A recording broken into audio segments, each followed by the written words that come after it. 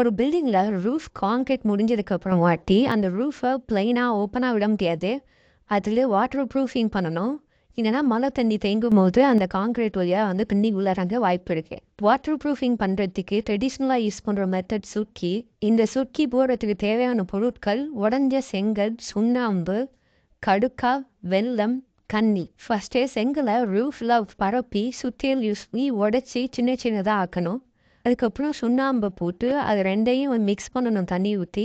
இதில் தண்ணிக்கு பதிலாக கடுக்காயும் வெல்லமும் சேர்த்து 3 நாள் வரைக்கும் ஊற வச்ச ஒரு தண்ணியை வந்து யூஸ் பண்ணோன்னா அந்த சுண்ணாம்பு பைண்டிங் வந்து ஜாஸ்தியாக நமக்கு கிடைக்கும். இந்த லேயர் ஒரு வாட்டர் ப்ரூஃபிங்காகவும் ஆக்ட் ஆகும். அதே நேரத்தில் இதை திரும்பினால ஹீட் இன்சுலேஷன் பில்டிங்கில் கிடைக்கும்.